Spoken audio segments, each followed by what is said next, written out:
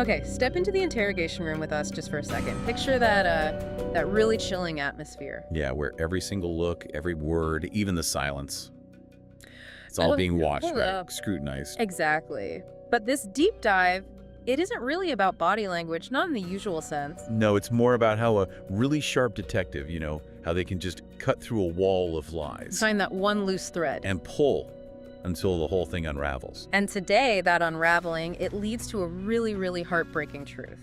We're Yeah. talking lies, betrayal, and, well, a life that just disappeared. That's right. So we're going to dive into the sources we have here, focusing on one specific true crime case. Our mission, really, is to trace the life of Michelle Warner, figure out what happened after she vanished, using the notes and articles we've got right here. Okay, so let's start with Michelle herself. Michelle Chaffin, born June 6th, 1981, down in Humble, Texas. And Humble, the source is painted as, a pretty normal place, seemingly safe, growing neighborhood. The kind of place you expect life to just unfold. Yeah, and Michelle, well, everyone says she was just bright, really friendly, easy company, never met a stranger, apparently. People just like talking to her. Yeah. Simple as that. And she had this incredibly tight bond with her younger brother, David. Like a second mother to him, the sources say. Yeah. They were attached at the hip, always. You really get that sense of someone deeply caring, looking out for her family. So she finishes high school, 2001, and life changes pretty quickly. She meets a guy named Warner, gets married, Then an unexpected pregnancy. Her daughter, Haley, is born. but things fall apart fast. The marriage ends just 2 years later, 2003. They divorce. And Haley goes to live with her dad. This seems to be where Michelle's life really hit a skid. Yeah, the sources talk about huge stress. She couldn't cope with losing her daughter, essentially, and it led her down a really rough path. She got hooked on drugs. Things went downhill fast. Disappearing for days, sometimes weeks, even got jailed for possession at one point. You can only imagine her family. Scared, praying she'd come back safe each time. A really dark time for everyone. Sounds awful. But then, something clicked. Yeah. A sudden realization, the material calls it. She knew she had to change. For Haley. Absolutely. Yeah. She started cleaning up her life. And not just cleaning up, actively rebuilding. Went to college, right? Studying criminal law. She wanted to be a lawyer. Yeah, and she got a job too. Secretary at a medical office. And by 2008, this is the amazing part, she'd been clean for 4 whole years. A huge turnaround. Her family was so proud, the sources say. She was happy again, responsible, driven, back to herself. It really is a testament to her strength after everything. Definitely. In 2008, that's also when she met Mark Castellano at work. He was an IT specialist there. And right away, the sources point out a difference. Michelle, Yeah. social, ambitious. Mark was, well, different. Her family, they were glad she found someone, I guess, but they didn't quite get Mark. Her mother, Donna, apparently called him a weirdo. Just thought he seemed strange. And David, her brother, he also had this gut feeling Mark wasn't right for her. Seems like the people closest to her felt something was off. Yeah, but despite that, the relationship got serious. After about a year, Michelle got pregnant again. Their son, Caden, was born. But then, history kind of repeated itself, didn't it? Mark just up and left Michelle and Caden. No warning. The sources don't really give a clear reason why. Stress of a baby, something else, it's unclear. So there she is again, facing challenges, tired, working, raising a baby alone. But then, break, what the sources call a great surprise, she lands a job at a law firm in Houston. A big move. And since Mark already lived in Houston, Michelle reached out. And this is really important. Yeah, the notes are clear on this. She did not want to get back together romantically. No way. This was about Caden. She wanted a responsible co-parenting setup. That's it. And Mark agreed to it. So Michelle, Mark, and little Caden moved into Mark's apartment there in Houston. And for a while, things seemed good. Steady job, back on her feet, raising her son with his dad involved. Life was going really well. Until suddenly it wasn't. Michelle just vanished. Without a word. Which immediately set off alarm bells, especially for her brother David. Because they talked every single day. That's what the material stresses. The silence was just wrong. It bothered everyone. So David calls Mark, asks him, "Where's Michelle?" And Mark's story is, well, it's shocking. He says they fought on September 22nd. She went to her room, slammed the door. And when he checked later, she was just gone like that. Poof. Leaving Caden behind. Didn't even take her car. Mark claimed he had absolutely no idea where she could be. So Michelle Warner, 31 years old, is reported missing. immediately. Police head straight to Mark's apartment, to check on him, obviously, but also to start investigating. And right away, they find things that don't quite fit. First thing, the computers. Mark's an IT guy, so computers make sense. But all the hard drives were gone. Ripped out and couldn't be found anywhere. Strange. Very strange. And then, maybe even weirder, this note. A note Mark had written to Michelle, mailed to her, but it was taped up on a mirror. What did it say? It sounds odd. It was angry. Really angry. Mark was furious, saying he was taking Caden to his parents. He accused Michelle of having a drug-filled weekend. Which makes no sense. She'd been clean for years at this point. Exactly. Over 4 years clean. The note just trashed her, called her names. It felt calculated, like he was trying to paint her badly while she was missing. Just confused everyone. The police also went into Michelle's room. Nothing looked obviously wrong, but one officer, he just felt something. Yeah, a strong gut feeling. The closet was empty.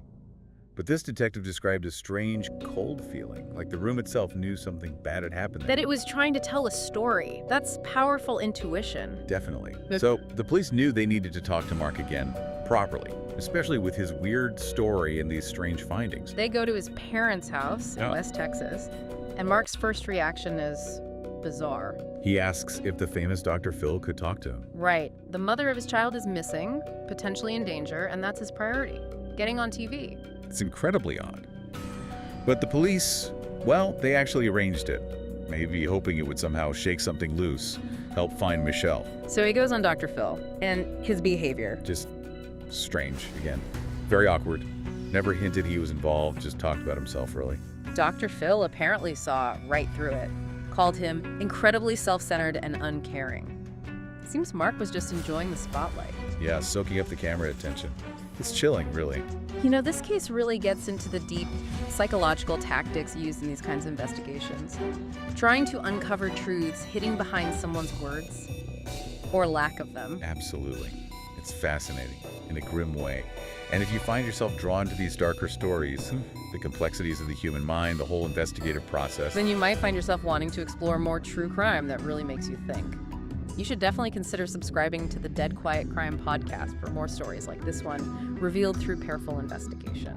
Yeah, it's a great place to delve into these complex cases and how the truth eventually comes out. So, after that really strange Dr. Phil appearance, the police knew they needed a specific strategy for interrogating Mark. Right. They couldn't just go in hard, accuse him outright. That probably wouldn't work with him. No. The idea was, play to his ego, maybe? Make him feel understood, even like a good guy in a tough spot. Exactly. Build trust, get him comfortable enough to maybe slip up. Right?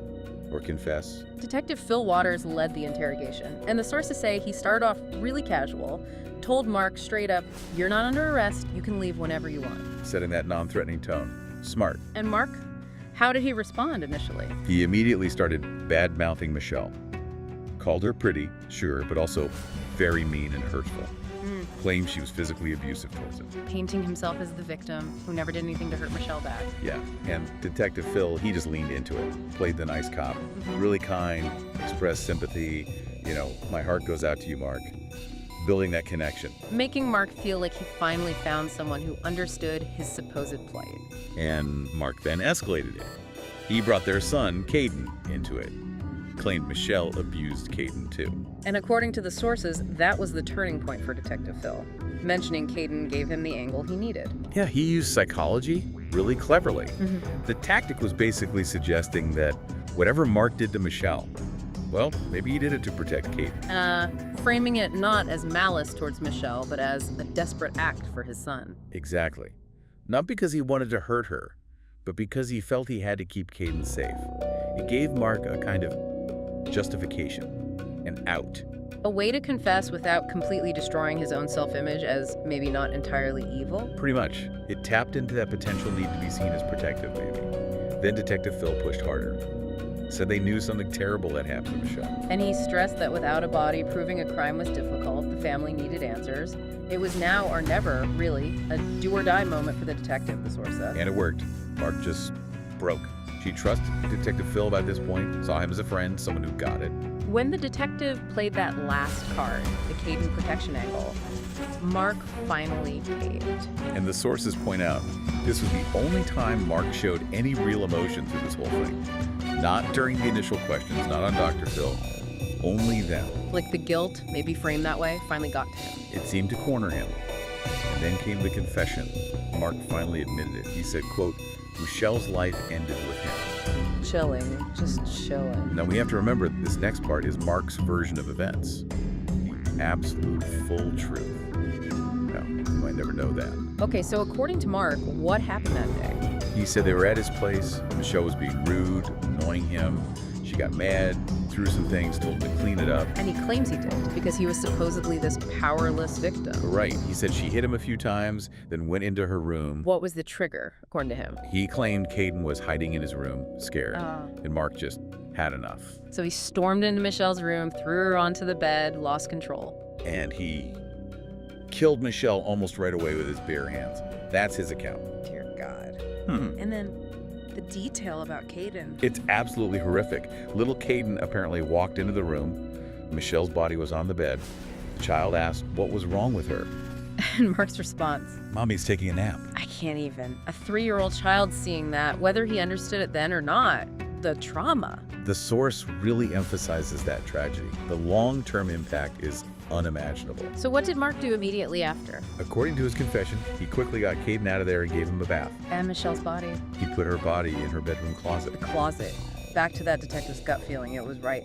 Something terrible had happened in that room, and she was there. Unbelievable. His next step was the disposal plan. He used Michelle's own car to drive Caden to his parents' house in West Texas. Left him there. Then drove back to Houston alone. Yes. Back to the apartment to deal with the body. He put her body in a trash bag, carried it out to her car again. Drove out just outside of Midland. Found a spot. Dug a hole, described as not very deep, and buried her there. And surveillance footage backs up some of this. Caught him driving back to the apartment complex very early after 3 a.m. on September 24th. Then later, around 6 a.m., pulling some kind of plastic container, finally leaving in the car again. It paints a grim picture. Absolutely. So after Mark confessed, Detective Phil called in Sergeant Harris. Mark even acted out the scene for them, the sources say. But the absolute crucial step now was finding Michelle, giving her family some closure. Mark provided a map. Detectives, the FBI, they started searching these huge oil fields in West Texas based on his directions. And eventually, they found her. After digging in that shallow grave Mark described, they recovered Michelle Warner's body. Was there other evidence? Yes. Police checked a dumpster near Mark's apartment building. They found pieces of Michelle's cut-up credit cards, some of her clothes, sunglasses. Also Mark's own business cards and pieces of black tape, the same kind used to sadly tie Michelle's body up, as the source material puts it. Just awful details. So Art Castellano was formally charged with killing Michelle, arrested October 1st, 2012. But even with his confession on tape, he pleaded not guilty at first. So it went to trial. The confession must have been the core of the prosecution's case. Oh, absolutely. It was the main piece of evidence against him. What was the defense strategy then? How do you argue against a taped confession? They went with sudden passion, tried to argue he just snapped. They painted Michelle as this violent woman, Mark as her punching bag, claimed he finally lost it, trying to stop her abuse. But the prosecution shot that down. Quickly. They argued, look, if he was being abused, why didn't he ever file a complaint? Why no police reports? And more importantly, they stressed there was absolutely zero proof Michelle had ever been cruel or violent to anyone, partners, kids, anyone except for Mark's word. And nobody who actually knew Michelle believed those claims. Not a soul, according to the sources. It just didn't line up with the person they knew. So the jury heard all this, deliberated. And on June 6th, 2014, which tragically was Michelle's birthday, Mark Castellano was found guilty of killing Michelle Warner. What was the sentence? 27 years in prison, plus a $10,000 fine. He'll be eligible for release in 2026. Just 2 years from now. Wow. The impact, though, is just immense. Devastating. Michelle's death was just a terrible and sudden blow for everyone who loved her. And her children, Caden and Haley, so young, left without their mother. Too young to understand, the sources say. And Caden. We talked about the trauma.